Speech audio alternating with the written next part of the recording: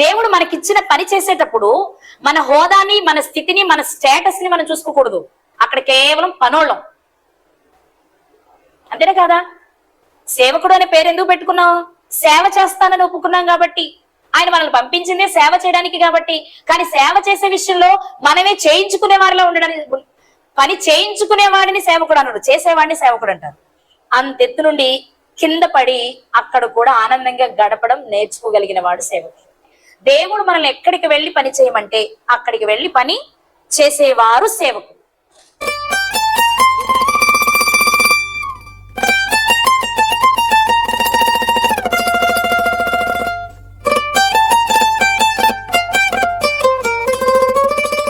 ఈ అవకాశాన్ని ఇచ్చిన దేవాతి దేవునికి కృతజ్ఞతాస్తుతులు చెల్లిస్తూ, దేవుని మాటలు వినడానికి చేరవచ్చిన మీ అందరికీ మన ప్రభువు ప్రియ రక్షకుడి యేసుక్రీస్తు వారి నామంలో నా హృదయపూర్వక వందనాలండి.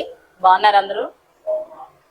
దేవుని కృపను బట్టి మరొకసారి కలుసుకోవడానికి దేవుడు అవకాశం ఇచ్చారు మనకి. ఇక్కడ ఉన్న వారంతా సేవకులే. మీలో చాలా మంది కంటే వయసులోను అనుభవంలోనూ నేను చిన్నదాన్ని. అయినా దేవుడు నాకు అవకాశం ఇచ్చారు కాబట్టి మీతో కొన్ని విషయాలు మాట్లాడతాను. నేను ఏవేవో క్రొత్త సంగతులు చెప్పాలంటే, ఏదో విశ్వాసులు చిన్నపిల్లలు అయితే ఏమైనా చెప్పగలం, కానీ మరి మీరంతా సేవకులే కదా, అనుభవం కలిగిన వారు. అయినా నాకు అనిపించిన కొన్ని విషయాలు మీతో పంచుకుంటాను నేను. ఒకసారి నేనేం మాట్లాడాలనుకుంటున్నానంటే మీతో ఈరోజు, మనమంతా సేవకులం కదా. సేవకులు అంటే ఎలా ఉండాలి, ఎలా ఉంటే దేవునికి నచ్చే సేవకులు అవుతాం. ఈరోజు లోకంలో మనం గమనిస్తే సేవ చేయడం అనేది జీవనోపాధికి ఎంచుకున్న పనిగా ఎంచుకున్న వారు కొందరున్నారు, లేక సంపాదన కోసం ఈ పనిని ఎంచుకున్న వారు కూడా ఉన్నారు. బాగా చందాలు వస్తాయి కాబట్టి బాగా సంపాదించుకోవచ్చు, ఇతర పనులు అయితే మనం చేసుకోలేము అనేవాళ్ళు లేకపోలేదు. లేకపోతే పాస్టరు లేక సేవకుడు అనే ట్యాగ్ ఉంటే సమాజంలో ఒక గౌరవం ఉంటుందని ఈ పనిని ఎంచుకున్న వారు లేకపోలేదు. కానీ ఇక్కడికి చేరిన మనమైతే ఈ రెండు విషయాల్లోనూ కాదు. మన ప్రయాస, మన ప్రయత్నం దేని కొరకు అంటే పరలోకం కొరకు. ఆ లోకాన్ని ఎలా సంపాదించుకోవాలి? కేవలం బైబిల్ తెలుసు అనుకుంటే సరిపోతుందా, లేకపోతే ఇంకేమైనా నేర్చుకోవాల్సి ఉందా? బైబిల్లో భక్తుల జీవితాలు ఎలా ఉన్నాయి, ఇవాళ మనం ఏం నేర్చుకుంటే రేపన్న రోజు ఆ పరలోకంలో హ్యాపీగా ఉండగలము అనేది అన్వేషిస్తూ అందులోని సత్యాన్ని గ్రహించి ఫిల్టర్ అయిన వాళ్ళమే మనమంతా కదా. తండ్రి, కుమార, పరిశుద్ధాత్మ ఒక్కరే అన్న కాలం తెలుసు మనకి. కాదు వారు ముగ్గురు వేరు అనేది తెలుసుకున్నాం. వేరే కాదండి, ముగ్గురు వేరు గాని ముగ్గురు దేవుళ్ళు అనే వాళ్ళు కూడా ఉన్నారు. ఒక రకంగా అందులో నుండి వచ్చిన వాళ్ళం మనం కూడా.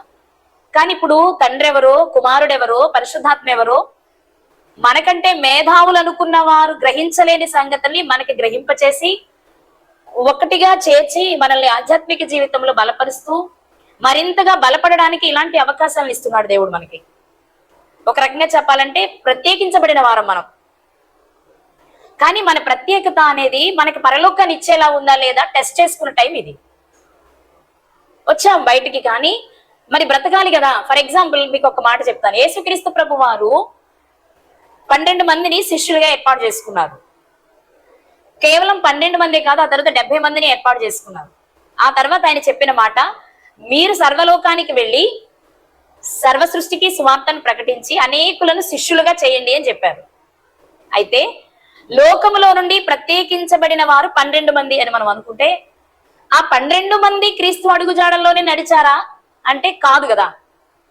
మిగిలిన వాళ్ళ సంగతి ఎలా ఉన్నా మనకు ఒక వ్యక్తి కనిపిస్తారు, ప్రత్యేకించబడిన పరలోకాన్ని స్వతంత్రించుకోలేని స్థితిలోనే మరణించిన వ్యక్తి. ఆయన ఇస్కరియోతు యూదా గారు. ఆయనకి మిగిలిన వాళ్ళందరితో పాటే అన్ని అవకాశాలు యేసుక్రీస్తు వారు ఇచ్చారు. అందరిని పిలిచినట్టే పిలిచారు, అందరికి ఇచ్చినట్టే అధికారం ఇచ్చారు, అందరికి ఇచ్చినట్లే దెయ్యాలను వెళ్ళగొట్టే అధికారం ఇచ్చారు, అపవిత్ర రోగాలను పోగొట్టే అధికారం ఇచ్చారు, పరిశుద్ధాత్మ శక్తితో అన్ని కార్యక్రమాలు చేసే అవకాశం ఇస్కరియోతు యూదా గారికి కూడా ఇచ్చారు. కానీ వాడుకున్నట్లే వాడుకున్నాడు, ఆటోమేటిక్ గా అందులో నుంచి లోకంలోనికి వెళ్ళిపోయాడు. ఇక వెనక్కి తిరిగి వచ్చే ప్రయత్నం చేయలేకపోయాడు. ఆ సందర్భాన్ని జ్ఞాపకం చేసుకున్నప్పుడల్లా నాకు ఆ విషయం గుర్తొస్తుంది. ఒకసారి వెలిగింపబడి పరలోక సంబంధమైన వరమును రుచి చూచి పరిశుద్ధాత్మలో పాలివారైన తర్వాత పడిపోయిన వారు, వారిని మరలా పునరుద్ధరించడం అసాధ్యము అంది బైబిల్. హెబ్రీ పత్రిక 6:4 3-4 నిజంగానే చివరి వరకు యేసుక్రీస్తు వారితోనే ఉన్నారు ఆయన. ప్రారంభంలో అందరిలానే బాగానే పనిచేశారు ఆయన. కానీ మధ్యలో ఏం జరిగింది? అపవాదికి అవకాశం ఇచ్చాడు. చివరికి అపవాదే తనలోనికి వచ్చాడు. ఇంకా చెప్పాలంటే తానే అపవాదిగా మారిపోయాడు. ఫైనల్ గా నిత్య జీవాన్ని కోల్పోయాడు. ఈరోజు మన ఈ ప్రయాస ఏంటి అంటే 12 మందిలో ఒకరైన ఇస్కరియోతు యూదా లాంటి ఆలోచనలు. అది ఒక ధనాపేక్షే కాక్కర్లేదు, ఇతరితర కారణాలు, దేవునికి నచ్చనివి మనలో ఏమైనా ఉంటే మనం కూడా అలాగే నిత్య జీవాన్ని పోగొట్టుకుంటాం. కాబట్టి అలాంటి వారిగా ఉండకుండా మిగిలిన వారిలో ఉండడానికి మనం ఏం చేయాలి అనేది నేర్చుకోవడానికి ఈ స్థలం. కాబట్టి చాలా జాగ్రత్తగా మనం దేవుని మాటలు వినాలి. ఓకే, ఇప్పుడు సేవకులుగా ఈవేళ మనము నిత్య జీవానికి వెళ్ళాలి. మన బోధలు వింటున్న వారిని కూడా నిత్య జీవానికే నడిపించాలి. ఇది మన బాధ్యత, అందరి మీద ఉన్న బాధ్యత.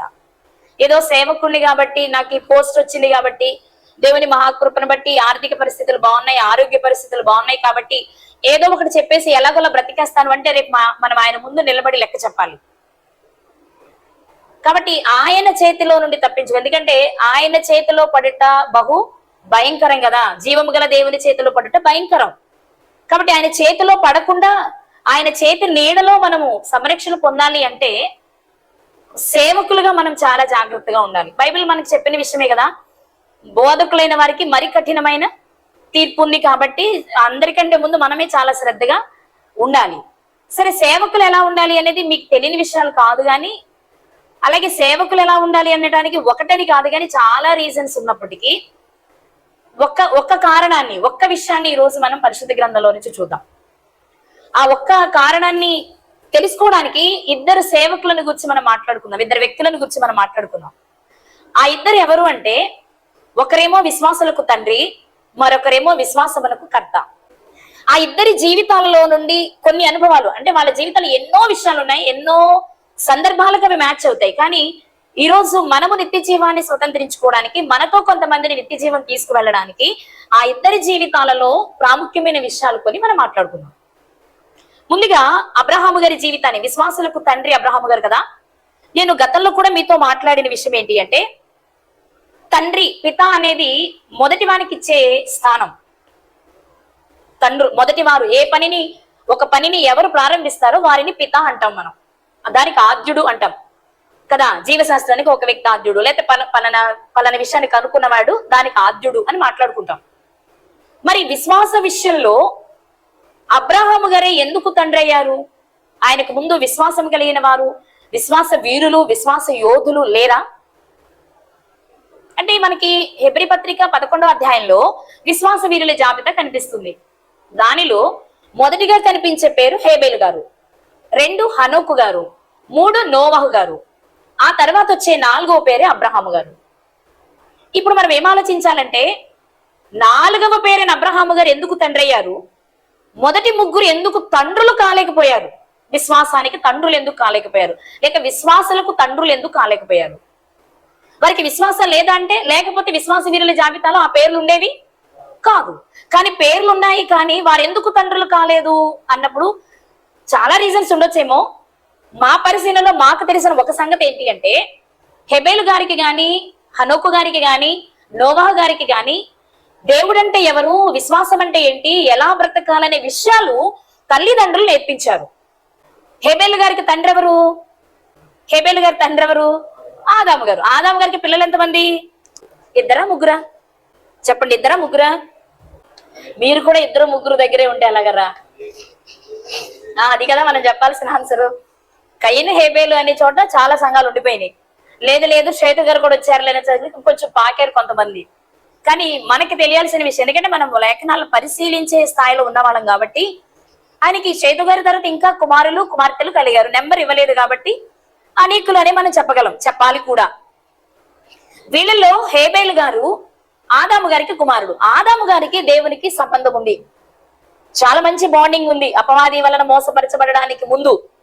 సో ఇప్పుడు దేవుని గురించి తన పిల్లలకు చెప్పాలి అంటే ఖచ్చితంగా ఆదాము గారు తన పిల్లలకి నేర్పారు. కాబట్టి హేబేలు గారికి ఆ విషయాలన్నీ అర్థమయ్యాయి. కాబట్టి శ్రేష్టమైన బలిని దేవునికి ఇవ్వాలి అనుకున్నారు. ఆయన ఇచ్చారు, దేవుని చేత మెచ్చుకున్నారు, లేక విశ్వాస వీరుల జాబితాలో ఇంకా చెప్పాలి అంటే పరదేశికి మొదటిగా వెళ్ళిన లేక పరదేశికి వెళ్ళడానికి అర్హతను సంపాదించిన వీరుడు అని చెప్పొచ్చు మనం హేబెల్ గారిని. మరి హనోకు గారు ఎవరు అంటే షేతు గారి వంశావళిలో నుండి వచ్చిన వారే. షేతు ఎనోషును కనెను, ఎనోషు కైనాను కనెను, కైనాను మహలేలు గారు కనెను, మహలేలు ఎరేదును కనెను, ఎరేదు హనోకును కనెను. సో వారి పితరులు దేవుని ఎరిగిన వారు కాబట్టి హనోకు గారికి కూడా దేవుడు పరిచయం అయ్యారు. ఆ హనోకు గారి మెతుషెల గారిని కన్నారు, మెతుషెల గారు లెమెకు గారిని కన్నారు, లెమెకు గారు నోవాహు గారిని కన్నారు. సో షేతు గారి నుండి మనం తీసుకుంటే హనోకు గారు కానివ్వండి, నోవాహు గారు కానివ్వండి, షేతు అంటే దేవుని పిల్లలుగా పిలువబడడానికి అవసరమైన జనాంగానికి మూల పురుషుడుగా చెప్పబడుతున్న షేతులో నుండి వచ్చిన వారే హనోకు గారు, నోవాహు గారు. అంటే వారు కూడా పితరులైన తమ తల్లిదండ్రుల నుంచే దేవుని గురించి తెలుసుకున్నారు. కానీ అబ్రహాము గారి దగ్గరికి వచ్చేటప్పటికి అబ్రహాము గారు తండ్రి మనం తీసుకుంటే లేక వాళ్ళ వంశావళి నోవాహు గారి తర్వాత షేములో నుండి వచ్చిన వారే అబ్రహాము గారు. షేము గారి తర్వాత మనం చూసుకున్నట్లయితే, షేము గారి వంశావళిలో మనం చూసుకున్నట్లయితే అబ్రహాము గారి దగ్గర మాత్రమే మరలా మనం తేల్తాం దేవునికి అనుసంధానమైన పిల్లలుగా లేకపోతే ప్రత్యేకమైన గుర్తింపు కలిగిన పిల్లలుగా. ఆయన షేము వంశావళిలో నుండి వచ్చిన వారు. కానీ అబ్రహాము గారి కంటే ముందున్న తెరహు గారు కానివ్వండి, ఆయన కంటే ముందున్న నాహూరు గారు కానివ్వండి, వారి జీవితాలను మనం పరిశీలిస్తే వాళ్ళని గురించి దేవుని కొరకు ప్రత్యేకంగా వ్రాయబడిన సందర్భాలు ఏమి మనకు కనిపించవు. ఇంకా చెప్పాలి అంటే తెరహు గారు ఎలాంటి వారు అంటే మనకి యెహోషువ గ్రంథం 24 అధ్యాయాలు కనిపిస్తుంది. యూఫ్రటీస్ అద్దరిని ఇతర దేవతలను ఆరాధించిన కుటుంబంగా మనకు కనిపిస్తుంది. అంటే అబ్రహాము గారు ఎవరిని చూసి దేవుని గురించి నేర్చుకున్నారు అంటే తన తండ్రి వైపు నుండి వచ్చిందా అంటే తండ్రి విగ్రహారాధన చేసినప్పుడు అబ్రహాము గారు విగ్రహారాధనే నేర్చుకుంటారు తప్ప దేవుడు ఎవరా అని వెతికి కనుక్కునే పరిస్థితి ఉండదు. మరి ఎలా తెలిసింది అంటే ఆయనకు ఆయనగా వెతికి కనుగొన్నారు దేవుణ్ణి కదా. మనం కీర్తనల 14లో కానివ్వండి 53లో కానీ కనిపించే మాట ఏంటంటే వివేకము కలిగి దేవుని వెతకువారు కలరేమో అని దేవుడు ఆకాశం నుండి చూస్తున్నప్పుడు నన్ను కలిగించిన దేవుడు ఎవరా అని అబ్రహాము గారు భూమి మీద వెతుకుతున్నారు. మా నాన్న పరిచయం చేసిన దేవుడైతే దేవుడు కాదు, ఎందుకంటే వారు అన్య దేవతలను ఆరాధించేవారు. అన్య దేవతల పరిస్థితి ఏంటి, ఆ విగ్రహాల పరిస్థితి ఏంటి అనేవి కొంచెం జ్ఞానం కలిగిన ఎవరమైనా పరీక్ష చేసుకుంటాం కదా. పిల్లలను చూస్తాం, మనం బాగా తెలియగలిగిన పిల్లలు ప్రతి విషయాన్ని మన దగ్గరికి వచ్చి క్వశ్చన్ చేస్తారు. ఇది ఇలాగే ఎందుకు జరిగిందమ్మా, ఇలాగే ఎందుకు జరిగిందమ్మా, ఇక్కడే ఎందుకు జరిగిందమ్మా అని అడుగుతారు. కొంతమంది పిల్లలు ఏం అడగరు, మనం చెప్పింది ఊగొడతారు. మనం ఏమంటాం, ఊగొట్టినాడు సైలెంట్ వదిలేస్తాం. అడుగుతున్న వాడి ఆలోచన రేకెత్తింప చేయడానికి వాడికి ఆన్సర్ చెప్పి కొత్త కొత్త సంగతి నేర్పించడానికి ప్రయత్నం చేస్తాం కదా. అలాగే ఇక్కడ ఈ సందర్భాన్ని కూడా మనం జ్ఞాపకం చేసుకోగలిగితే అబ్రహాము గారే ఎందుకు విశ్వాసులకు తండ్రి అయ్యారు అంటే ఆయన వెదకి దేవుణ్ణి కనుగొన్న దేవుణ్ణి విడిచిపెట్టకుండా బ్రతికారు ఆఖరి నిమిషం వరకు. అప్పుడు దేవుడు చెప్పిన మాట ఏంటంటే నీకు నువ్వుగా వెతికి నన్ను కనుగొన్నావు కాబట్టి నీలా ఎవరైతే ఆసక్తి కలిగి వెదకి కనుగొంటారో వాళ్ళందరికీ నీవు తండ్రివి. అంటే పితరుల నుంచి అంటే హేబెల్ గారిని, హనోకు గారిని, నోవాహు గారిని నేను తక్కువ చేయట్లా. వాళ్ళు పితరుల నుంచి తల్లిదండ్రుల నుంచి నేర్చుకుని భక్తి కలిగి జీవించారు కాబట్టి విశ్వాస వీరుల జాబితాలోనికి వెళ్ళారు. కానీ తండ్రి అనే బిరుదు అబ్రహాము గారు ఎందుకు పొందుకున్నారు అంటే స్వయంగా కష్టపడి వెదకి కనుగొన్నానులే చాలే అనుకోలేరు, కనుగొన్న దాని ప్రకారమే బ్రతికి తన జీవితాన్ని కొనసాగించిన వ్యక్తి అనమాట. ఆయన జీవితాన్ని నేను ఎప్పటికప్పుడే మళ్ళీ చదువుతూ ఉంటాం కదా, మొదటి నుంచి అలా చదువుతున్నప్పుడు నాకు అనిపించిన కొన్ని విషయాలు మీతో పంచుకుంటాను నేను. ఆదికాండము 12వ అధ్యాయము 2వ వచనం.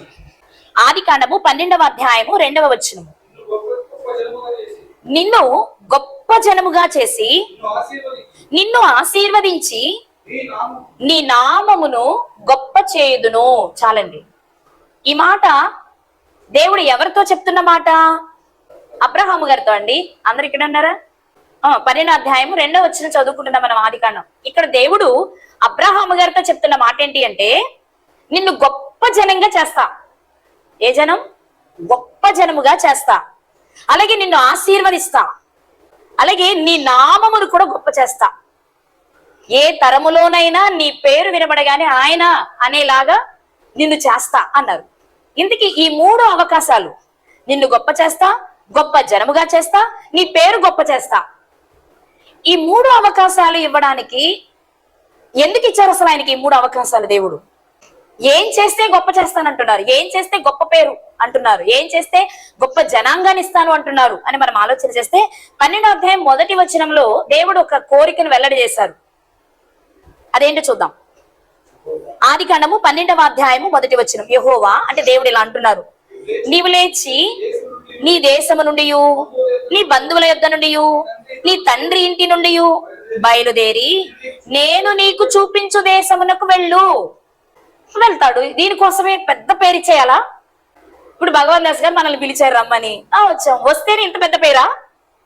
నీ దేశం నుండి, నీ బంధువుల నుండి, నీ తండ్రి ఇంటి నుండి నువ్వు రా బాబు అన్నాడు, వస్తారు.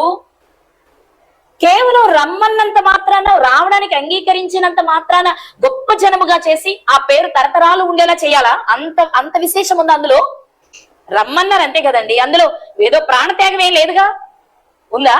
నువ్వు నా కొరకు చనిపో అంటే అది గొప్ప త్యాగం కదా. కానీ ఇక్కడ దేవుడు అడుగుతున్నదేంటి? నువ్వు రా. వస్తే ఏదో భూభాగం ఇస్తాను, అక్కడ చక్క హ్యాపీ. కానీ దేవుడిచ్చిన గొప్ప అవకాశాలు ఏంటో తెలుసా? నిన్ను గొప్ప చేస్తా, నీ పేరు గొప్ప చేస్తా, నీ జనాంగాన్ని గొప్ప చేస్తా. ఇన్ని అవకాశాలు ఇవ్వడం వెనుక ఆంతర్యాన్ని కొంచెం మనం ఆలోచన చేస్తే రావడం అనేది అంత విశేషమైన సంగత. కొన్ని ఎగ్జాంపుల్స్ మీకు చెప్తా, మీ ముందు పెడతా. అప్పుడు మీకు రావడం అనేది ఎంత కష్టమో, అందుకే దేవుడు అంత గొప్ప చేస్తానని చెప్పుకుంటారని మీకు అర్థమవుతుంది. ఫర్ ఎగ్జాంపుల్, మనం బాగా చదువుకున్నాం, ఒక మంచి జాబ్ సంపాదించుకున్నాం. మనది పల్లెటూరు, మనకి జాబ్ వచ్చింది టౌన్ లో అనుకుందాం. ఇప్పుడు మనం ఏం చేయాలి? ఉద్యోగం కష్టపడి చదువుకున్నాం కాబట్టి, ఉద్యోగం వచ్చింది కాబట్టి ఏం చేయాలి? అక్కడికే వెళ్ళాలి. అక్కడికి వెళ్ళేటప్పుడు మన అమ్మని, మన నాన్నని, మన అన్నల్ని, అక్కల్ని, చెల్లెల్ని అందరినీ వదిలి వెళ్ళాలంటే చాలా బాధగా అనిపిస్తుంది. అలాని మళ్ళీ రామా? సెలవు వస్తే పరిగెత్తుకొస్తాం, ఏదైనా ఫంక్షన్ ఉంటే వస్తాం, లేదు మనల్ని చూడాలనిపిస్తే మన పేరెంట్సే మన దగ్గరికి వస్తారు. అటు ఇటు రాకపోకలు ఉన్న ఆ పరిస్థితుల్లోనే ఏదో లగేజ్ సర్దుకుని జాబ్కు వెళ్తున్నామంటే ఇక్కడ వాళ్ళందరినీ వదిలేస్తున్నామే అని చిన్న ఫీలింగ్. ఖచ్చితంగా కన్నీళ్ళు పెట్టుకుంటాం ఆ సందర్భంలో. అయ్యో, ఈ రోజు వరకు అందరితో కలిసి చక్కగా తిరిగాను, నేను అందరం కలిసి ఒక చోట భోజనం చేసాం, ప్రతి ఫంక్షన్ షేర్ చేసుకున్నాం, నేను దూరం వెళ్తున్నాను, వస్తానులే కానీ నాకు సెలవు దొరకాలి, నాకు పర్మిషన్ ఉండాలి, అన్ని పరిస్థితులు అనుకూలించాలి, ఏది ఏమైనా మిమ్మల్ని వదిలి నేను దూరంగా వెళ్తున్నాను అనే ఒక బాధ మన చేత ఖచ్చితంగా కంటినీరు పెట్టిస్తుంది. కొంచెం ఫీల్ అవుతాం. ఆ తర్వాత మర్చిపోయినా వెళ్ళేటప్పుడు మాత్రం ఆ ఫీలింగ్ మనకు ఉంటుంది. ఇక రెండో సందర్భం, మన ఇంట్లో ఆడపిల్లలకి పెళ్లిళ్ళు చేస్తాం కదా, అంగరంగ వైభవంగా పెళ్లి చేస్తాం. కానీ అత్తారింటికి పంపేటప్పుడు అందరూ ఏడుస్తాం. అలానే మన అమ్మాయి మన ఇంటికి రాదండి. ఇంకా చెప్పనా, అక్కడికి వెళ్ళాక పెత్తనమంతా మన అమ్మాయిదే, బీరువా తాళాలు మన అమ్మాయి చేతికే వస్తాయి. మనం ఎప్పుడు అనుకున్నప్పుడు పుట్టింటికి రావచ్చు. కానీ అఫీషియల్ గా పెళ్లి చేసి పంపించేటప్పుడు, ఆడపిల్లని పంపించేటప్పుడు అమ్మాయి ఏడుస్తుంది, అమ్మాయి తల్లిదండ్రులు చాలా ఏడుస్తారు. ఎందుకు? ఈ తర్వాత కలవరా? మాట్లాడండి, కలుస్తాం. కానీ ఏంటి, ఇప్పటి వరకు ఏది కావాలంటే అది కోరుకుంది పాప, మనం కూడా అన్ని ఇచ్చాం. ఇప్పుడు అత్తగారింటికి వెళ్తుంది, అక్కడ పరిస్థితులు ఎలా ఉంటాయో, వాళ్ళు మనంత ప్రేమగా చూస్తారో లేదో, మన బిడ్డ ఇవాళ వాళ్ళ బిడ్డ అయిపోతుంది, అక్కడ బిడ్డ అయిపోతుంది, ఇక్కడ ఎలా ఉంటుందో అనే ఒక చిన్న ఆలోచన మనల్ని నుండి వాళ్ళని దూరం చేస్తుంది అనే బాధ కలుగుద్ది మనకి. ఆ బాధల నుండి వచ్చేదే దుఃఖం కదా. అత్తగారింటికి పంపించేటప్పుడు ఖచ్చితంగా కన్నీళ్లు పెడతారు తల్లిదండ్రులు.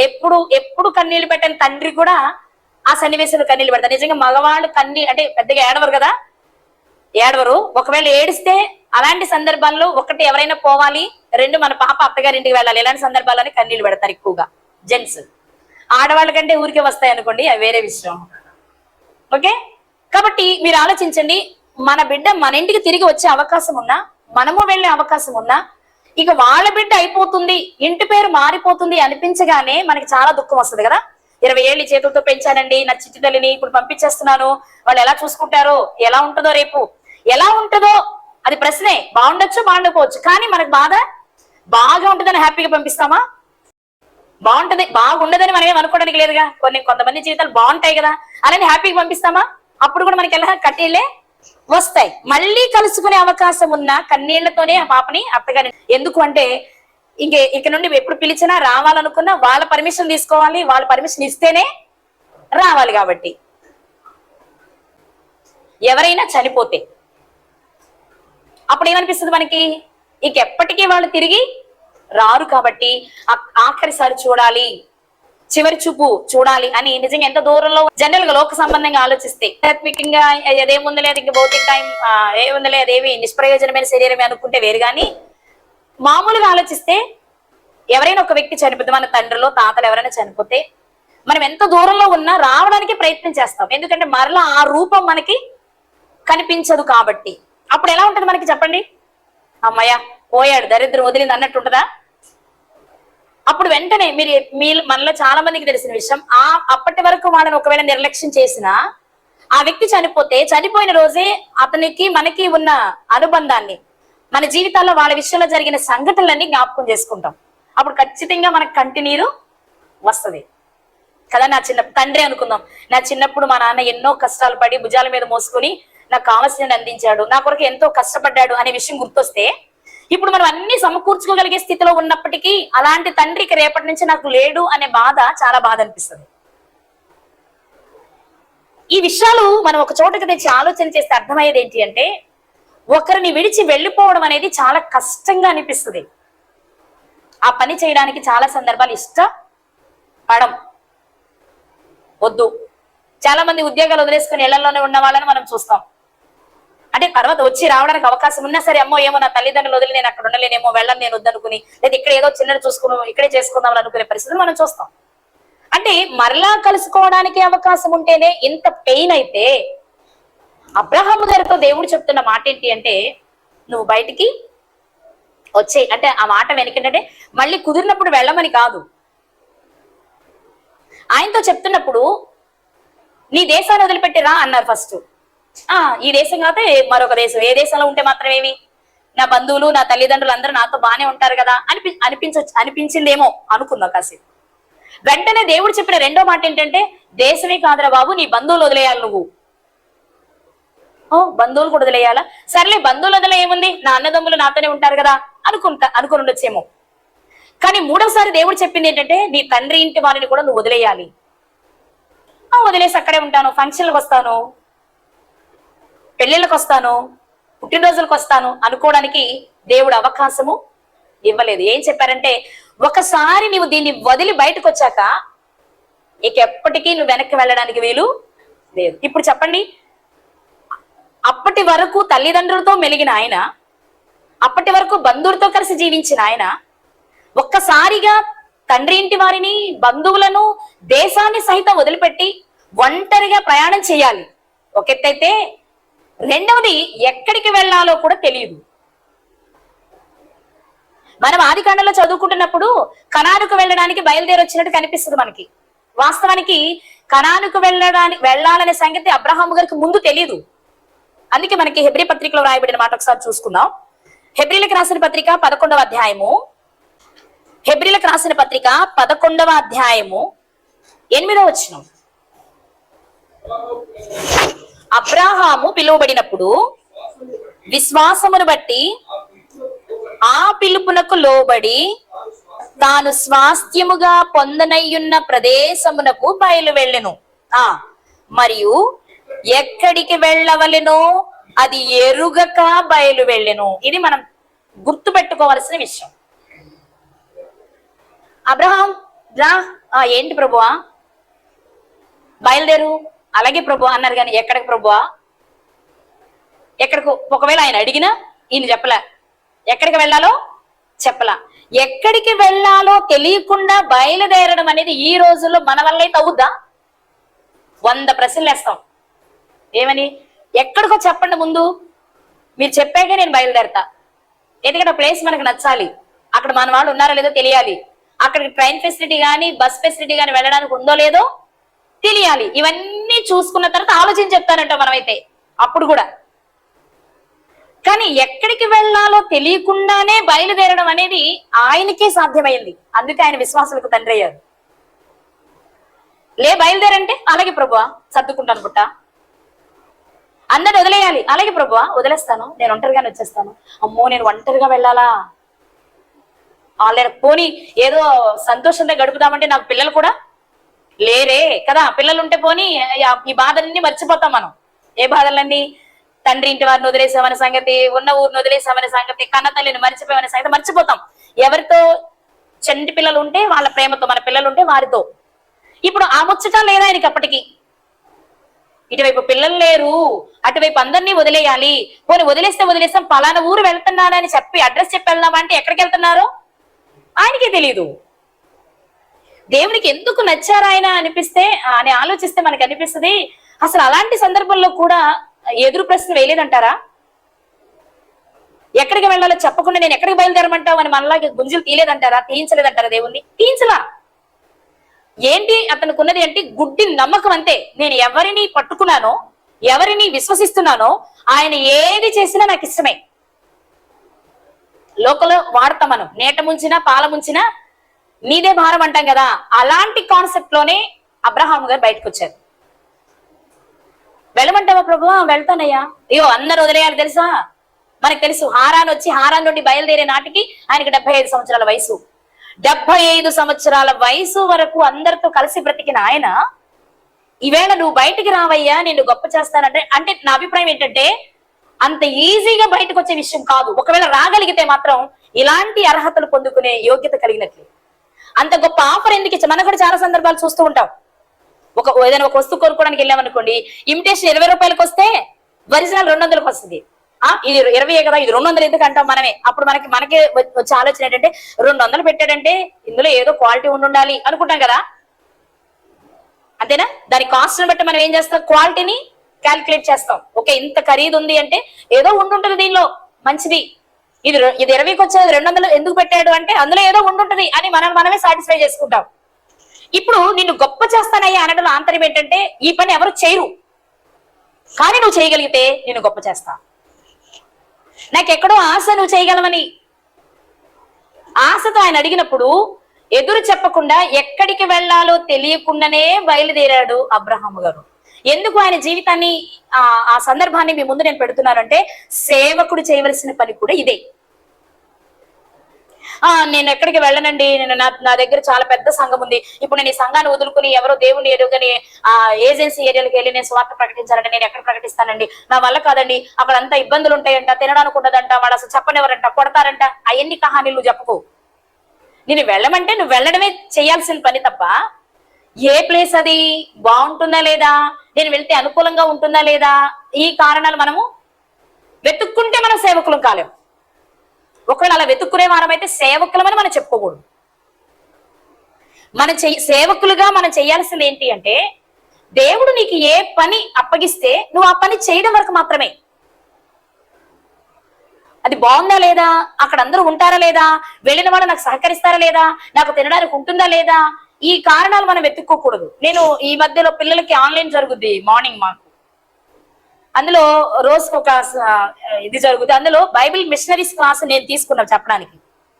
ఒక్కొక్క మిషనరీని గురించి యూట్యూబ్ లో సెర్చ్ చేసి నేను పిల్లలకు చెప్తున్నప్పుడు ఒళ్ళు గర్పొచ్చింది నాకు. భార్యలు కళ్ళ ముందే భార్యలను చంపేస్తుంటే ఒక జేమ్స్ చార్ల్సన్ అనే ఒక వ్యక్తి సువార్తను పట్టుకుని వెళ్ళినప్పుడు ఆయన వెళ్ళిన ఏరియాలో మనుషుల పుర్రెలతో గోడ కట్టారు. అలాంటి ఇంటిలో ఆయన కాపురం పెట్టారు సువార్త చెప్పడానికి వెళ్తే. అంటే నరమాంస భక్షకుల మధ్య సువార్త పట్టుకుని వెళ్ళారు వాళ్ళు. మరి ఈరోజు అంత భయంకరమైన పరిస్థితులు అయితే మనం ఏం లేం కదా. ఎక్కడో మరీ లగ్జరీ లైఫ్ మనకి లేకపోవచ్చేమో కానీ మనకి తిండి పెట్టలేనంత, మనకు గది ఇవ్వలేనంత పరిస్థితులు ఎవరూ లేరు. ఒకవేళ ఉన్నా పనిని మానకూడదు అనేది అబ్రహాము గారి జీవితం మనకు నేర్పిస్తున్న విషయం.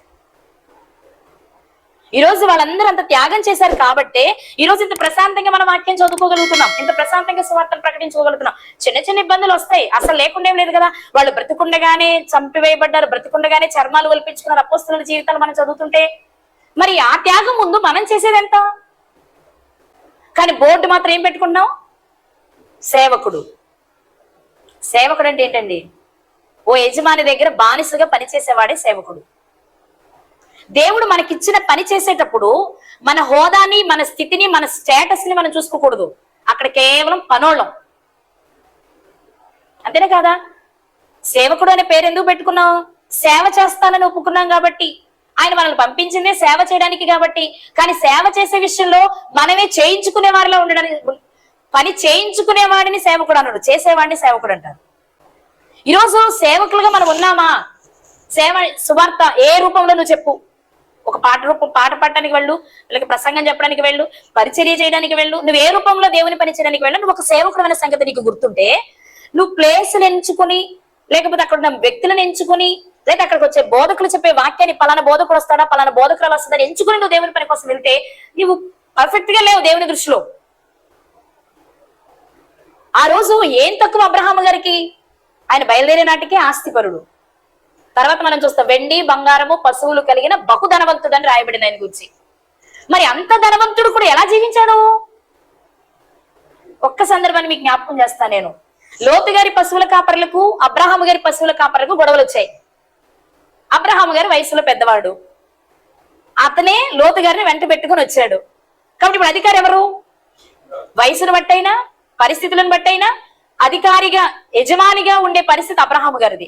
ఇప్పుడు ఆయన ఏం చేయొచ్చు అంటే, అరే నేను చెప్పినట్టు నువ్వు చెయ్యి లోతు, ఎదిగో తూర్పు వైపు బాగుంది కానీ అటు వెళ్ళిపో, మీ ఆవిడని తీసుకొని నీ ఆస్తిని తీసుకొని అటు పో అనొచ్చు. కానీ ఆయన అడిగిన విధానం ఎంత బాగుంటుందో తెలుసా?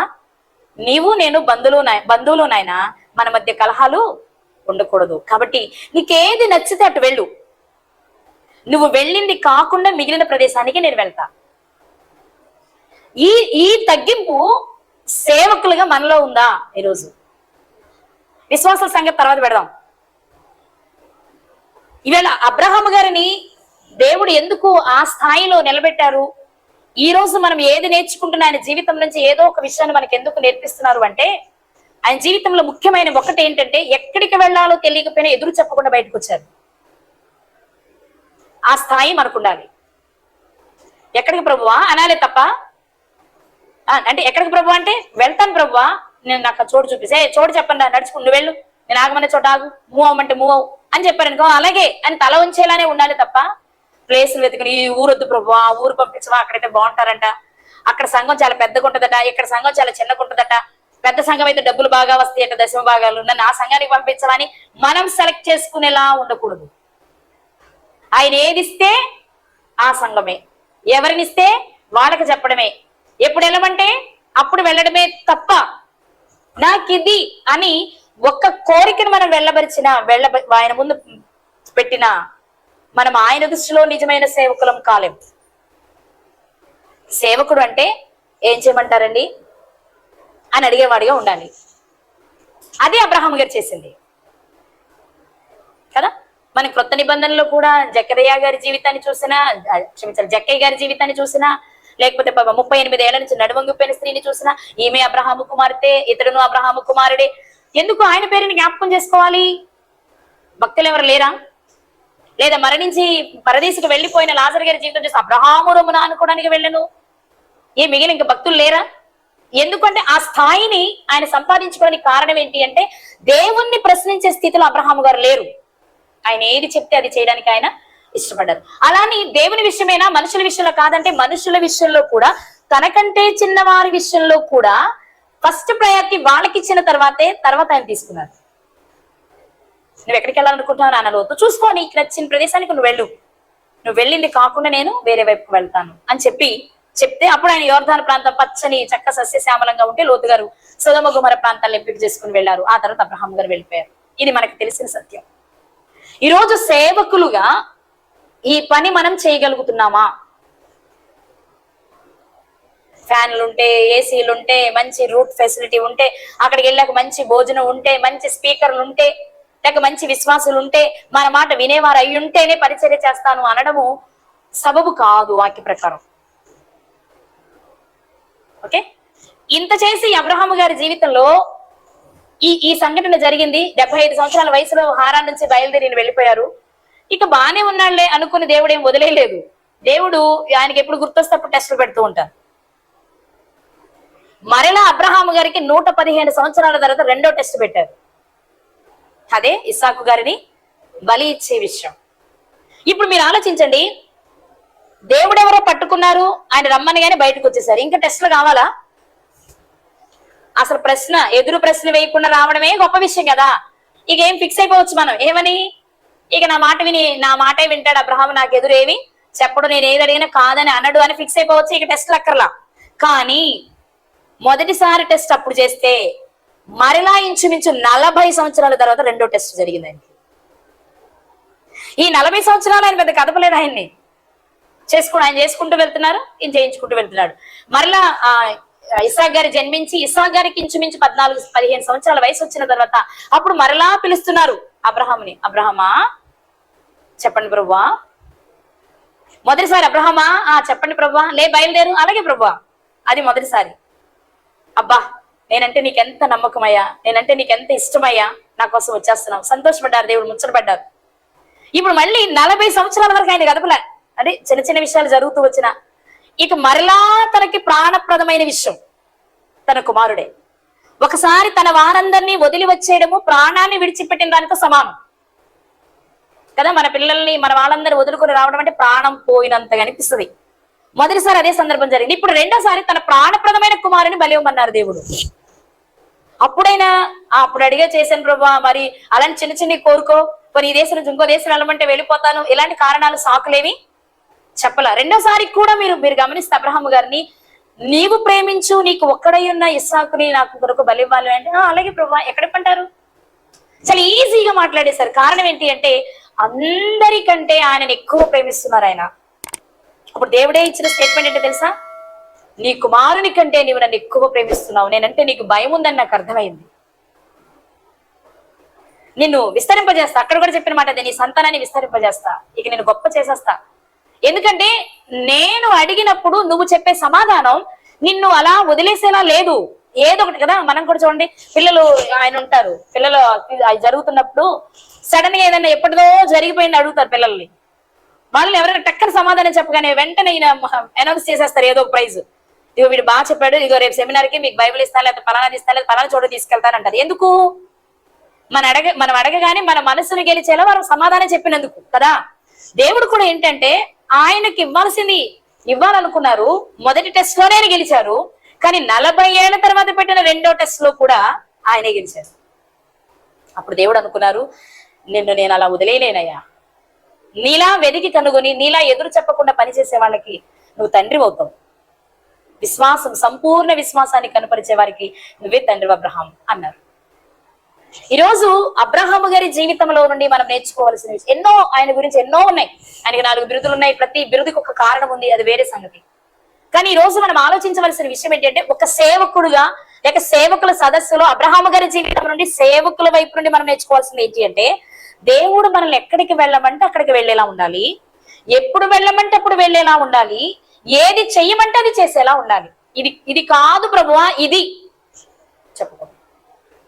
ఇస్సాకు గారిని బలి ఇచ్చే విషయంలో అబ్రహాము గారు అడగొచ్చు, ప్రభువా నాకు 115 సంవత్సరాలు వచ్చేసాయి, ప్రపంచం అంటే ఎలా ఉంటుందో, మనుషులు అంటే ఎలా ఉంటారో, మనుషుల స్వభావం ఎలా ఉంటుందో నాకు బాగా తెలుసు, నేను అనుభవించాను కాబట్టి నన్ను తీసుకో, ముక్కుపచ్చనారని నా కొడుకెందుకు అనొచ్చు. మనమైతే అదే అంటాం. మన కళ్ళ ముందు పిల్లలు ఎవరైనా చనిపోతే అయ్యో దేవుడు నన్నెందుకు తీసుకోవాలి, నా కళ్ళ ముందు వాడిని ఎందుకు తీసుకున్నామని ఏడుస్తాం మనం. ఈ ప్రశ్న అబ్రహాము గారు కూడా అనొచ్చు. కానీ అబ్రహాము గారికి తెలిసిన విధానం ఏంటి అంటే దేవుడు ఏది అడిగితే అది ఇవ్వడమే. దానికి ఆల్టర్నేట్ ఏర్పాటు చేసుకునే పరిస్థితులు అబ్రహాము గారి విశ్వాసం లేదు. అవును ఇస్తాను, ఏమైంది, ఇస్తే ఏమైంది, పునరుద్ధానమందు నా కుమారుడు తిరిగి లేస్తారు. పరలోకపు తండ్రి తన కుమారుని బలి ఇస్తే లేని నేనిస్తే ఎంత ఆఫ్టర్ ఆల్ అనుకున్నారు. ఆయన ఇవ్వకుండా నాకు ఇస్తాక ఎక్కడి నుంచి వచ్చాడు, అడిగిన ఆయనకి తిరిగి ఇవ్వడంలో పెద్ద నాకు ఆశ్చర్యమేమి లేదు, పెద్ద గొప్ప ఏం లేదే, నేను సంపాదించుకున్నది ఏదో నేను ఆయనకి ఇవ్వట్లేదే, ఆయన ఇచ్చిన దానిలోనే నేను ఆయనకి ఇస్తున్నా, దావీదు గారు చెప్పినట్లుగా.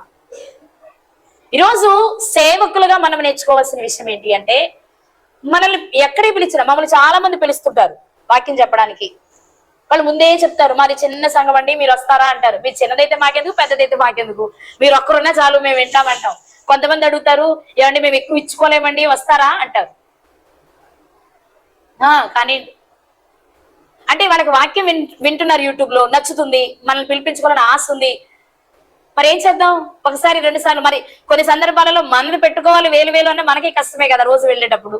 అయినప్పటికీ నిన్న జరిగింది అదే. మాకు గద్వాల మీటింగ్ కి 10 రోజుల ముందు అడిగారు, మేము 5000 కంటే ఎక్కువ ఇవ్వమన్నారు. ఫస్ట్ మాకు గద్వాలకి 500 కిలోమీటర్లు వెళ్ళడానికి, రాను పోను 1000 కిలోమీటర్లు మా ఊరు నుంచి.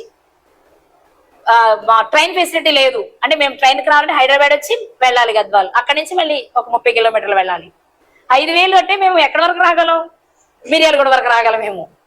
మరి మిగిలింది ఎంత అంత ఎలాగా అంటే పాపం వాళ్ళు వాక్యం వినాలని ఆ పెద్దలందరూ కలిసి పాస్టర్ గారిని అందరిని బెత్తలాడుకొని 10,000 ఫిక్స్ చేసుకున్నారు.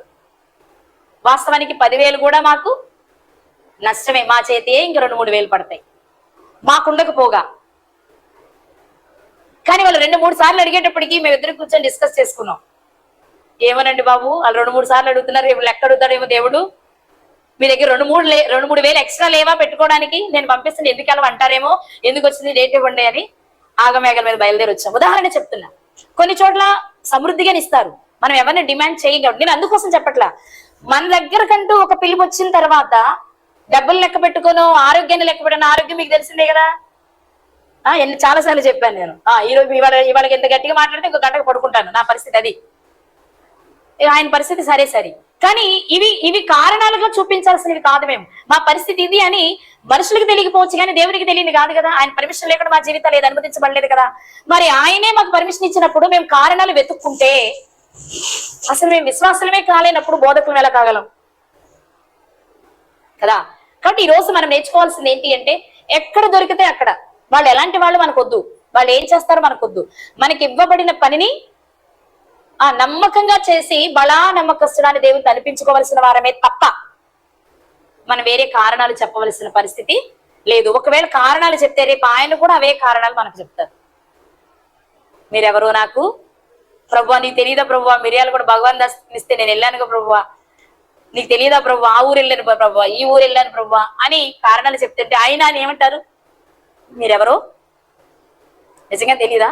వాళ్ళు అదే కదా అడిగారు మత్తయి సువార్తలో మనం చూసి చదువుకునే విషయాలు. వాళ్ళు ఏమడిగారు, నీ నామమున ప్రవచించలేదా, నీ నామమున దెయ్యములు అంటే ఆయన నామంలోనే చేశారట. మళ్ళీ అది ఆయనకే చెప్తున్నారు ధైర్యంగా.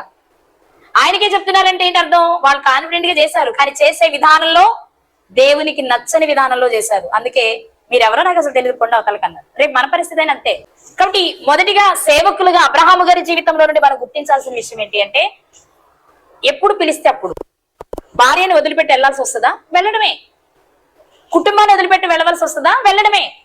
డేవిడ్ లివింగ్స్టన్ అని ఆఫ్రికా ఖండాన్ని వెలుగులోనికి మిషనరీగా అతను అక్కడికి స్వార్థ ప్రకటనకి వెళ్ళిన తర్వాత వివాహాన్ని చేసుకున్నారు, 5 పిల్లల్ని కన్నాడు. ఆ భార్యకి పిల్లలకి అక్కడ పరిస్థితులు అనుకూలంగా లేక ఇంటికి పంపించేశాడు. ఆయన అక్కడ స్వార్థ ప్రకటిస్తూ ఉంటే ఒక సింహం ఆయన మీద అటాక్ చేసి ఎడమ చేతి భుజాన్ని కొరికేసింది. ఇక ఆయన చనిపోయే వరకు ఈ చేతిని పైకెత్తలేకపోయారట. ఆ తర్వాత ఒక బురదలో వెళ్తూ ఉంటే ఏదో కుట్టి కాలు పాడింది, నడక రాలేదట. ఒక చెట్టు కొమ్మ కంటికి తగిలి కన్ను పోయిందట. ఈ 3 అవయవాలు పని చేయకపోయినా పరిచర్యని కొనసాగిస్తూనే ఉన్నాడట. అంత పరిచర్య చేసి ఒకనొక దినం ఇంటికి వెళ్తే భార్య గుర్తించలేకపోయిందట భర్తని. అసలు అలా ఉంటారా? కాపురం చేసి 3-4 పిల్లల కన్నా భార్య భర్తను గుర్తించలేదా అంటే ఎంతలా దేవుని పనిలో ఆయన తన రూపమే మారిపోయేంత కష్టపడినా భార్యాభర్తను గుర్తించలేకపోయిన పరిచర్యను వదలలేదు. అది వాళ్ళ జీవితాలు. ఈరోజు అన్ని అవకాశాలు ఉన్నాయి మనకి, ఎంతో కొంత ఉన్నంతలో బెటర్ అని చెప్పుకోవచ్చు. కానీ ఇన్ని అవకాశాలు ఉన్నా వాక్యం చెప్పడానికి వెళ్ళాలన్నా, వాక్యం వినడానికి వెళ్ళాలన్నా అంతెందుకండి. ఇప్పుడు ఇక్కడ జరుగుతుందని చాలా మందికి తెలుసు. ఒకవేళ వాళ్ళకి వేరే చోట పని ఉంటే ఓకే, మరొక చోట వాడబడుతుంటే ఓకే. కానీ ఖాళీగా ఉన్నారనుకోండి, మనకి ఈ వార్త అందింది అనుకోండి, వచ్చి వాక్యం వినడంలో తప్పేముంది, భోజనం కూడా పెడతారుగా, ఒక ఛార్జీగా మనం పెట్టుకునేది కాదా? అట్లనేంటి, మనకి చాలా తెలుసు, నేను కాదన్ను, కానీ మనకు అంతా తెలియదు. మనకి చాలా తెలిసేమో కానీ అంతా తెలియదు. కాబట్టి మరొకరి ద్వారా మనకి ఏదైనా నేర్పబడుతుందేమో కదా. అరే ఈ రోజు నేను ఖాళీగా ఉన్నాను కదా, నాకు ఎక్కడ పని లేదు కదా, అందుబాటులో ఉన్నాను కదా, ఒకటిగా అక్కడికి వెళ్దాం, అక్కడ మాట్లాడే సేవకుల ద్వారా ఏదో ఒక విషయం నాకు ఉపయోగపడుతుందేమో అనుకుని పరిగెత్తుకు రాగిన స్థితి ఎక్కడ. 10 సార్లు మనం ఫోన్లు చేయాలి, అవసరమైతే ఛార్జీలు మనమే ఇవ్వాలి, బస్ స్టాండ్ లో దిగితే మనమే పికప్ చేసుకోవాలి. ఎన్ని అవకాశాలు ఉన్నా కూడా వాక్యం వినడానికి ఎన్నో కారణాలు చూపిస్తున్నాం మనం. కానీ అబ్రహాము గారు ఎందుకు అంత గొప్పవారయ్యారు, ఈ రోజుకి మనం ఎందుకు ఆయన జీవితాన్ని గురించి మాట్లాడుకుంటున్నామంటే ఇలా కారణాలు వెతకలేదు. నా భార్య మంచి అందగత్తె కదా, మంచి యవనంలో ఉంది కదా, ఇంత అందగత్తె నేసుకుని నేను బయటకు ఎలా వెళ్ళను అనలేదు ఆయన. పిల్లలు లేరు కదా, నన్ను అందరు వేలెత్తి చూపుతారేమో అని ఫీల్ అవ్వలేదు ఆయన. ఆయన వెళ్ళమంటే వెళ్ళారు అంతే, చెయ్యమంటే చేశారు, చెప్పమంటే చెప్పారు. ఈవేళ సేవకులుగా మనం చేయవలసింది కూడా ఇదే. సో మొదటిది అబ్రహాము గారి విశ్వాసులకు తండ్రి అబ్రహాము గారి జీవితం నుండి మనం నేర్చుకోవాల్సింది ఏంటి అంటే, దేవుడు మనల్ని ఎక్కడికి వెళ్ళి పని చేయమంటే అక్కడికి వెళ్ళి పని చేసేవారు సేవకుడు. ఇందులో ఏది కారణంగా చూపించినా అది సాకే అవుతుంది తప్ప వేరేదైతే కాదు. నిజమైన కారణం ఉంటే దేవుడు తప్ప క్షమిస్తాడు, మరో అవకాశం మనకి ఇస్తాడు, అది వేరే విషయం. ఇక 2, విశ్వాసమునకు కర్త అయిన యేసుక్రీస్తు వారి జీవితాన్ని తీసుకున్నాం. అసలు ఆయన స్థితి ఏంటి? ఆయన స్థితి ఏంటి మనకు తెలుసు కదా. పరలోకములో తండ్రితో హ్యాపీగా ఉండే పరిస్థితి అయింది. కానీ మరి ఇక్కడ మనలను రక్షించడానికి ఆయన ఈ లోకానికి రావాల్సి వచ్చినప్పుడు కారణాలు చెప్పారా? వెళ్తానులే గాని మరి అక్కడ వాళ్ళందరూ నన్ను బాగా చూసుకుంటారా అని ఏమైనా అడిగారా? కొడితే కొట్టారులే గాని చిన్న చిన్న దెబ్బలు కొడతారా అని అడిగారా? సిలువ వేస్తే వేశారులే గాని అంత భయంకరంగా కాకుండా ఉంటదా? ఇలాంటి ఏ కారణాలు అడగలేదు. నువ్వు వెళ్ళడం నీకు ఇష్టమైతే తండ్రి నేను వెళ్తాను, నీ కొరకు నేను దేనినైనా భరిస్తా, అనుభవిస్తా కదా. ఆయన స్వయంగా చెప్పిన మాట యోహాను సువార్తలో మనం చదువుకునే మాట, నా ఇష్టం నెరవేర్చుకున్నట్టుకు నేను రాలేదు, నా తండ్రి ఇష్టం నెరవేర్చడానికే వచ్చా. ఆయనకి కొన్ని ఇష్టాలు ఉన్నాయి, కానీ ఇష్టాలు ఏం చేశారు? ఆయన చంపేసుకున్నారంతే.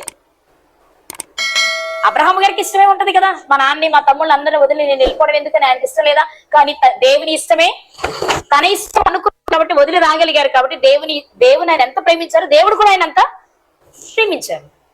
మరి యేసుక్రీస్తు వారి విషయానికి వస్తే తండ్రి మాటకు విధేయుడు అవడమే ఆయన ప్రేమించడం కదండి. ఆజ్ఞలు పాటించడమే దేవుణ్ణి ప్రేమించడం. ఆజ్ఞ ఏంటి? ఆయన ఏది ఆజ్ఞాపిస్తే అది చేయడమే ఆజ్ఞ కదా. నువ్వు వెళ్ళాలి, వెళ్తాను ప్రభు, వెళ్తాను నాన్న. వాళ్ళు ఏది చేసినా నువ్వు పడాలి, పడతాను నాన్న. చంపేస్తానా? చచ్చిపోతాను నాన్న. అంతే. తమకున్న కోరికలన్నిటినీ చంపేసుకుని అసలు కోరికలే లేని వారిగా జీవశ్చవాలుగా బ్రతకడానికి ఇష్టపడి వచ్చిన వారి వాళ్ళంతా. తండ్రి ఇంటి వారిని, బంధువులను, స్నేహితులను అందరిని వదిలి ఒంటరిగా రావడం అంటే ఎలాంటి జీవితం అయి ఉంటుంది అబ్రహాము గారిది? ఒంటరితనమే కదా. ఒక రకంగా చెప్పాలి అంటే జీవశ్చవం లాంటి జీవితం, మరణాన్ని ప్రేమించి వచ్చిన జీవితం అనుకోవచ్చు మనం. అది ఎందుకు వచ్చింది అంటే అందులో కూడా ఆనందాన్ని వెతుక్కోవడం వాళ్ళకి చేతనయింది. ఎందుకంటే తండ్రిని ప్రేమించడమే మాకు ఇష్టం అనుకున్నారు వాళ్ళు. ఆ ప్రేమను అనుభవించారు కాబట్టి చుట్టూ ఎన్ని జరుగుతున్నా, ఎలాంటి పరిస్థితులు ఉన్నా అవేవి వారికి పట్టలేదు. వాళ్ళు మాత్రం అందులో ప్రశాంతంగా తమ వరకు మాత్రం తాము దేవునిలో అనుబంధాన్ని గూడు కట్టుకుని దేవునితో సహవాసం చేయగలిగిన జీవితాలు.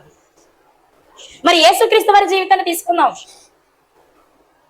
పరలోకపు తండ్రికి ప్రియమైన కుమారుడు కదా. ఈయన నా ప్రియ కుమారుడు, ఈ ప్రియమైన కుమారుడు.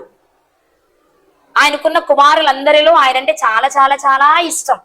అంత ఇష్టం అంటే యేసుక్రీస్తు వారు అడిగితే తండ్రి ఏదైనా చేస్తారు.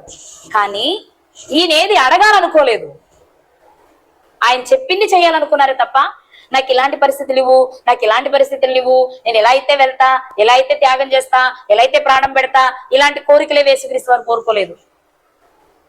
నువ్వు ఎలా అంటే అలా తండ్రి, నువ్వు ఎక్కడ పంపిస్తే అక్కడ, ఎప్పుడు వరకు చేయమంటే అలా అనుకునే వచ్చారు యేసుక్రీస్తు వారు. ఆ మహాలోక వైభవాన్ని వదులుకుని ఈ లోకంలోనికి వచ్చి ఒక సాధారణమైన జీవితాన్ని జీవించారు. ఆయన లగ్జరీ లైఫ్ ఏం అనుభవించలేదు ఆయన కదా. లగ్జరీ లైఫ్ అనుభవించడానికి రాజులీలలో ఏం పుట్టలేదు, కానీ రాజులీలలో పుడితే ఆ వైభవం వేరు కదా అయింది. మరి ఎలాంటి ఇళ్లలో పుట్టారంటే సాధారణ కుటుంబమే. అలాంటి కుటుంబంలో పుట్టి కూడా పాపం అంటుకోకుండా దేవుని చిత్తాన్ని నెరవేర్చి దేవుని చేత మంచి అంటే ప్రియమైన కుమారుడు అనిపించుకోవడం కంటే ఇంకేముంటది ఎక్కువ. అంత గొప్ప త్యాగాల్ని చేశారు యేసుక్రీస్తు వారు. అంత ఉన్న యేసుక్రీస్తు వారు ఆయన కూడా ఒక సేవకుడు మనకు తెలిసినంత వరకు. యేసుక్రీస్తు వారు కూడా ఎవరు కదా, మనకి ఎక్కడ అపోస్తుల కార్యాలు కనిపిస్తుంది అన్నమాట. ఒకసారి చూద్దామా, 3:13.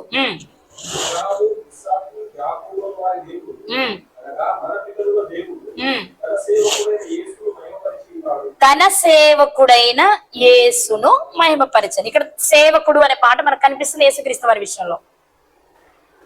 ఇక్కడ ఆ తండ్రికి ప్రియమైన కుమారుడు కదా, అలా కూడా పరిచయం చేయొచ్చు. కానీ యేసుక్రీస్తు వారి జీవితంలో మనం చూస్తున్నప్పుడు ఒక కార్యక్రమాన్ని నెరవేర్చడానికి పంపించేటప్పుడు ఆయన యజమానిగా ఉన్నారు, ఈయన దాసునిగానే ఉన్నారు. అలానే ఇక్కడికి వచ్చిన తర్వాత నేనెందుకు ఇలా చేయాలి, నేనెందుకు ఇలా ఉండాలి, నా స్థితి ఏంటో మీకు తెలుసా అన్నట్టు యేసుక్రీస్తు వారు లేరు. ఇక్కడ మనం చాలా జాగ్రత్తగా ఆలోచిస్తే నిజంగా ఒక సేవకుడు ఎలా పనిచేస్తారో యేసుక్రీస్తు వారు ఈ లోకంలో అలాగే పనిచేశారు. పని చేయడమే కాదు, క్రియల్లో దానిని చూపించారు. అవునండి, క్రియల్లో దానిని చూపించారు. మనందరికి బాగా తెలిసిన విషయమే. యేసుక్రీస్తు ప్రభు వారు ఇక అప్పగించబడడానికి ముందు శిష్యులందరి పాదాలు కడిగారు. ఎందుకు ఆ పని చేశారు? ఎవరైనా చెప్పారా కడగమని? పెద్ద నువ్వు గురువు అని చెప్పుకుంటున్నావు, బోధకుడు అని చెప్పుకుంటున్నావు, ఒకసారి నిజంగా నువ్వు నిజమైన బోధకుడు అయితే ఒకసారి మా కాళ్ళు కడుగని శిష్యులు అడిగారా?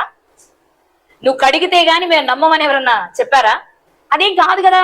మరి ఎందుకు యేసుక్రీస్తు ఆ పని చేశారు అంటే, సేవకుడిని పెట్టుకుంటున్నావు కదా నువ్వు. సేవకుడువైన నీవు అవసరమైతే నిలబడి చెయ్యి, చెప్పు. ఇంకా అవసరం అనుకుంటే కాళ్ళు కూడా కడుగు.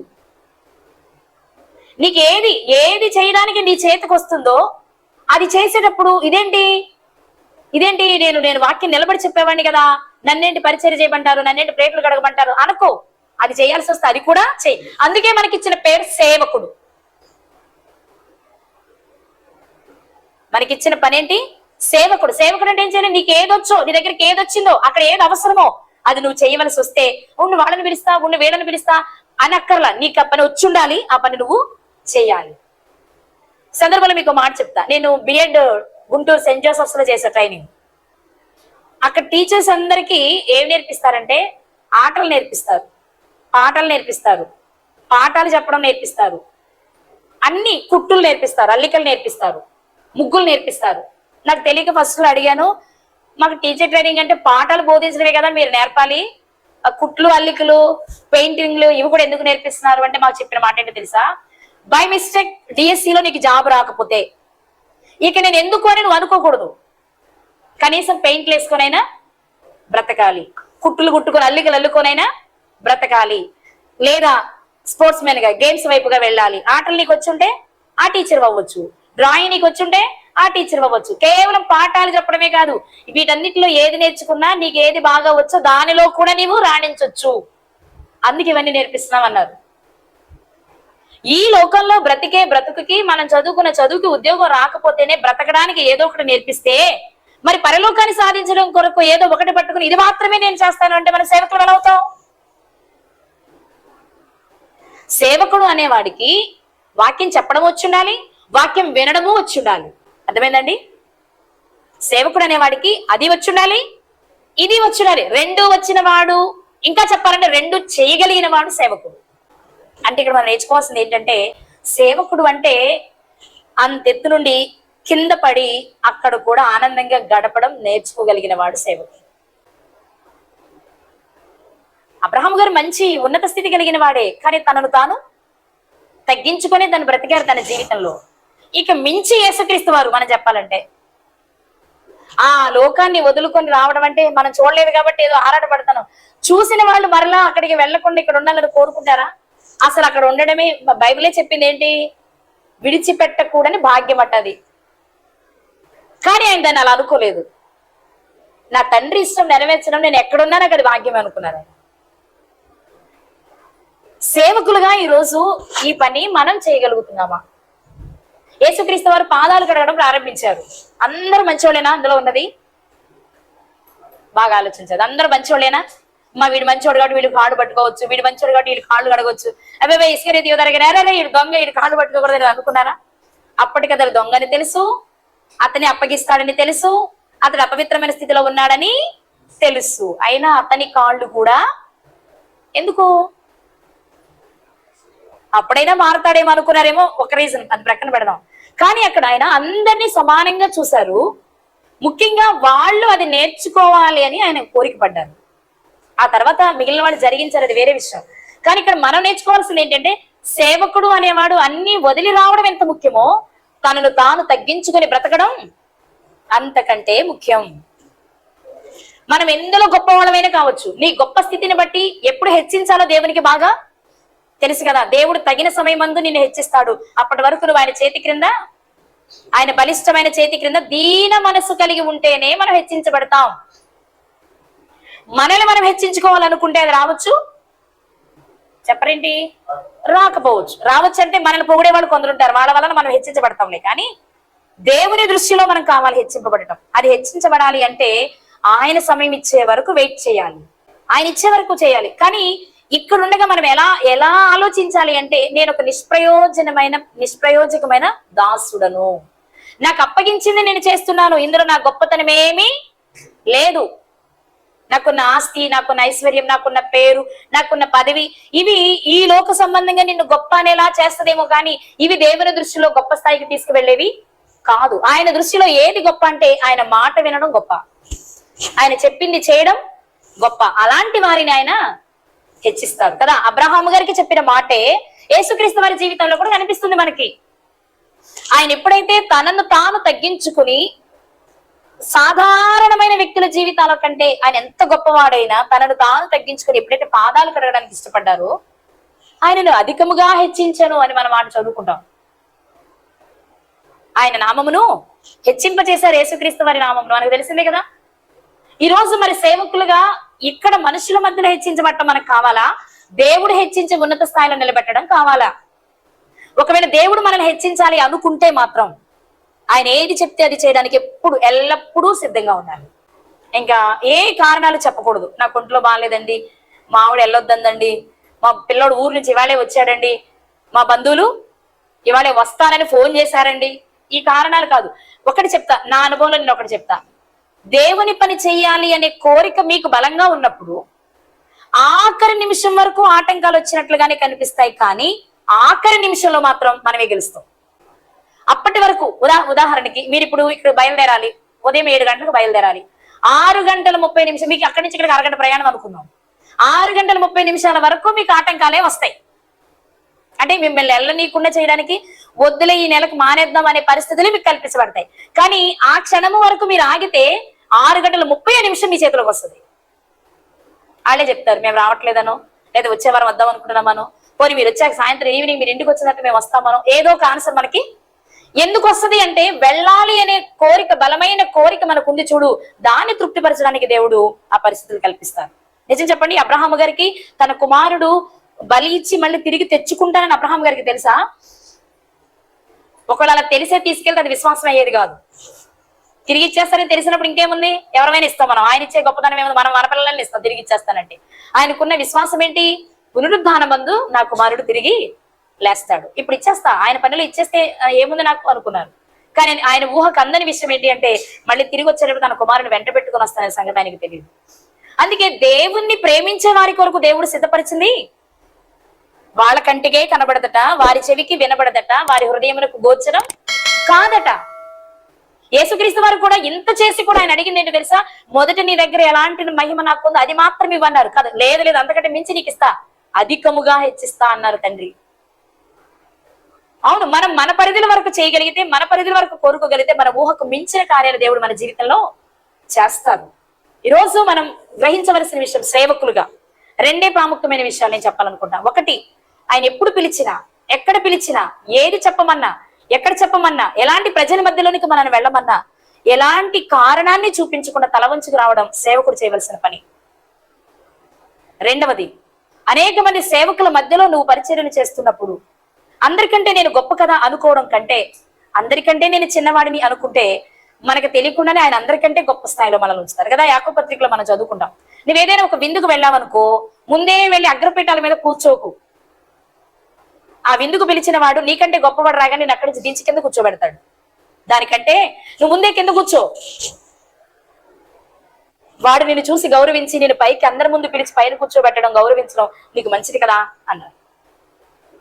అంటే నాకంటే ఇక్కడ గొప్ప వాళ్ళు ఎవరున్నారని నువ్వు అగ్రపీఠం మీద కూర్చునే ప్రయత్నం చేసి అందరి ముందు అవమానించబడి చివరికి వెళ్ళడం కంటే, నువ్వు చివరుంటే అందరి ముందు నిన్ను గౌరవంగా పిలిచి నేను పైన కూర్చోబెట్టడం అనేది మనకి గొప్పతనమే, దేవునికి మహిమకరంగా ఉంటుంది. కాబట్టి మనం ఎలా ఉండాలినా, చివరి ప్లేస్ అయినా పర్వాలేదండి కూర్చుంటాను, ఆఖరి నిమిషమైనా పర్వాలేదండి అనుకునేలా ఉండాలి.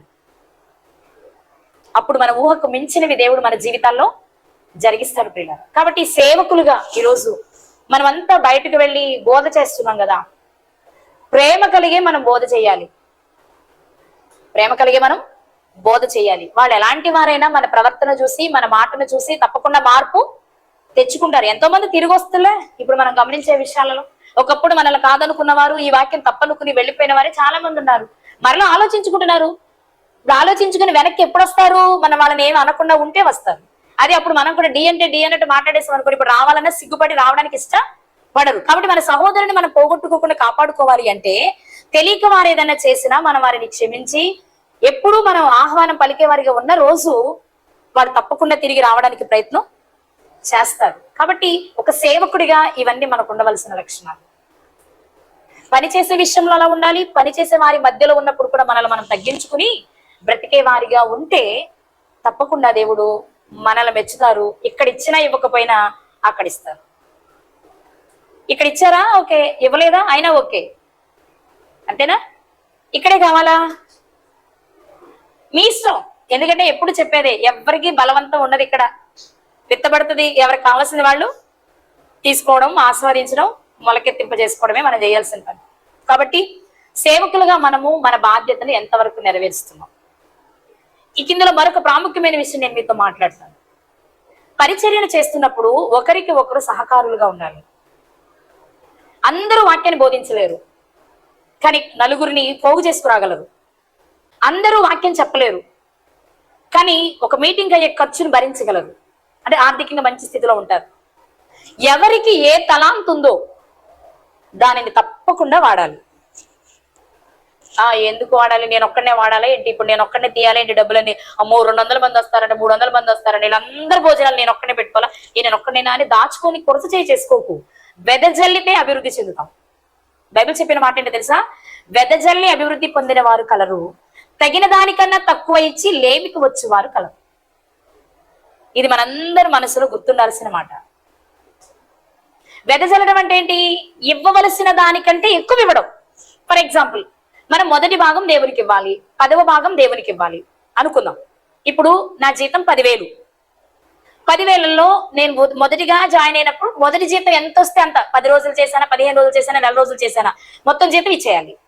ఎన్ని రోజుల జీతం వస్తే మొదటిది ఇచ్చేయాలి.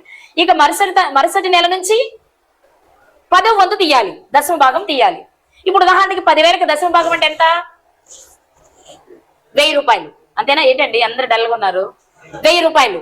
1000 రూపాయలు, అమ్మో 1000 రూపాయలు ఇచ్చేయాలా నేను? అద్దొద్దులే, ఒక 500 ఇద్దాం అనుకున్నాం. ఇప్పుడు నువ్వేం ఎక్కువ చేయట్లా, ఆయనకి ఇవ్వాల్సిన దాంట్లోనే సగం చేస్తున్నావు. లేదు, ఇంకొంతమంది మంచి వాళ్ళు ఉంటారు, 900 ఖర్చు పెట్టేస్తారు దేవుని పనికి. ఎంత చెప్పండి? 900 ఖర్చు పెట్టేశారు. ఎలా అనిపిస్తుంది? అందరూ 100, 200 ఇచ్చే వాళ్ళకి 900 ఇచ్చిన వాళ్ళు ఎలా కనపడతారు? అమ్మో ఆయన చాలా బాగా చేస్తున్నాడు అనిపిస్తుంది. అతను కూడా ఏమనుకుంటాడు, అందరికంటే నేను బాగా ఎక్కువ ఇచ్చా. అందరూ 100, 200 ఇచ్చారు, నేనెంత ఇచ్చా చెప్పండి? 900 ఇచ్చా. ఇంకేదో అవసరమైంది ఇంకో 50 ఇచ్చా, ఇంకేదో అవసరమైంది ఇంకో 40 ఇచ్చా. 990 చేసిన 10 రూపాయలు చేయకపోతే నువ్వు ఇచ్చిన దానికి నిష్ప్రయోజనమే. తగిన దానికన్నా తక్కువ ఇచ్చావు. ఎంత తక్కువ ఇచ్చావు? 10 రూపాయలు. నీ దృష్టిలో అది 10 కావచ్చు, కానీ ఆయన లెక్క ప్రకారం ఆయన గీసిన గీతలో నువ్వు 10 తక్కువ ఇచ్చావు కదా. తగిన దానికన్నా తక్కువ ఇచ్చావు కాబట్టి లేమికే వస్తావట. ఇది బైబిల్ చెప్పిన మాట, నాది కాదు. అలా నేను మిమ్మల్ని చందాలు అడగట్లేదు సుమా. మేము చందాలు అడగం, చందాలు పట్టం కూడా మా చర్చిలో కూడా. కానీ పరిచయం చేయాలిగా మరి. మీరు దేవుడు మీకు ఇచ్చిన శక్తిని, మీకు ఇచ్చిన ఆర్థిక పరిస్థితుల్ని మీరు దేవుని పనిలో ఖర్చు పెడితేనే కదా దేవుని ఏడల మీరు ధనవంతులు అయ్యేది. మన ధనం ఇక్కడ కాదు కదా దాచుకోవాల్సింది, అక్కడ దాచుకోవాలి. అక్కడ ఎలా దాచుకుంటాం? సత్క్రియలకు దానిని సద్వినియోగపరిచి దాచుకోవాలి మనము. కానీ దాచుకునేటప్పుడు మనకుండే ఫీలింగ్ ఏంటి అంటే 990 ఇచ్చానులే, ఇంక 18 అనుకుంటాం. మిగిలిన 100, 200, 300, 400 ఇచ్చిన వాడితో పోల్చుకుని. కానీ ఇప్పుడు దేవుడు ఏం చూస్తున్నాడు? వాడెంత ఇచ్చాడు, వీడెంత ఇచ్చాడు చూడట్లా. నువ్వు ఇవ్వాల్సింది ఎంత? 1000. నువ్వెంత ఇచ్చావు? 990. అంటే నువ్వు ఇవ్వవలసిన దానికంటే తక్కువ ఇచ్చావు కాబట్టి నువ్వు ఎక్కడికి వెళ్తావట చెప్పరైతే? తగిన దానికన్నా తక్కువ ఇస్తే లేమి. 990 ఇచ్చా లేమికి వెళ్తామా?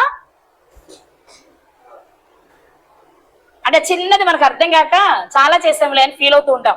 కానీ వాక్యం చెప్తుంది అది కాదు. తగినది అంటే నువ్వు ఖర్చు పెట్టేటప్పుడు నువ్వు పెట్టాల్సింది మొత్తం పెట్టు, కుదిరితే ₹1 పెట్టు, కానీ రూపాయి తక్కువ మాత్రం చేయకు. ఎందులోనైనా సరే నువ్వు తీయాల్సింది. అవసరమైంది నువ్వు 1100 ఖర్చు పెట్టావు, నువ్వు ఇవ్వాల్సింది 1000. కానీ నువ్వు 1100 ఖర్చు పెట్టావు.